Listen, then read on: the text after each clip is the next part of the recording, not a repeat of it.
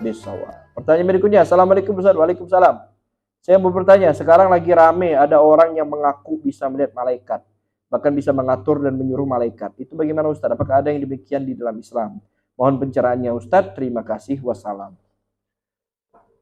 Melihat malaikat, ngatur malaikat. Ada itu. Saya ini pernah didatangi malaikat Israel. Saya marah, malaikat Israel. Saya tempeling. Aku belum mau mati. Itu. Dia bilang mantap juga orang ini. Malaikat Israel ditempeleng sama dia. Emang Nabi Musa ya. Kalau Nabi ya. Nabi Muhammad SAW saat pertama kali menerima wahyu. Disebutkan hadis sahih. Riwayat Imam Bukhari di dalam kitab Jami' Sahihnya kan. Jadi saat menerima wahyu, Nabi Muhammad tuh melihat malaikat Jibril dengan bentuk aslinya. Melihat bentuk aslinya. Pulang langsung demam. Minta selimut oleh Siti Khadijah. Zamiluni. Selimuti aku.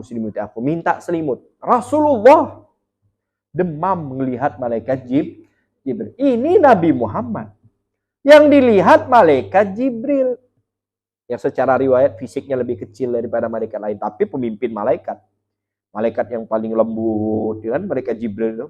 Paling rahmat, paling cinta. Demam. Nah ente nyerana malaikat Israel. Akalnya di mana gitu loh. Ada itu. Wah, marahin malaikat Mikail. Awas ya kalau turun hujan ya. Kan yang nurunin hujan kan malaikat Mikail. Awas ya. Kalau hujan tak kejar kon gitu dia. Nak kejar malaikat Mikail pula. Tidak ada manusia. Apakah manusia bisa melihat malaikat? Bisa. Tapi dikatakan tidaklah seorang manusia melihat malaikat kecuali matanya pasti buta. Nggak kuat melihat cahayanya. Riwayat-riwayat sahabat yang melihat fisik malaikat itu matanya buta. Banyak sahabat melihat malaikat ada buta. Hanya Nabi saja yang kuat melihat malaikat. Kita nggak bisa.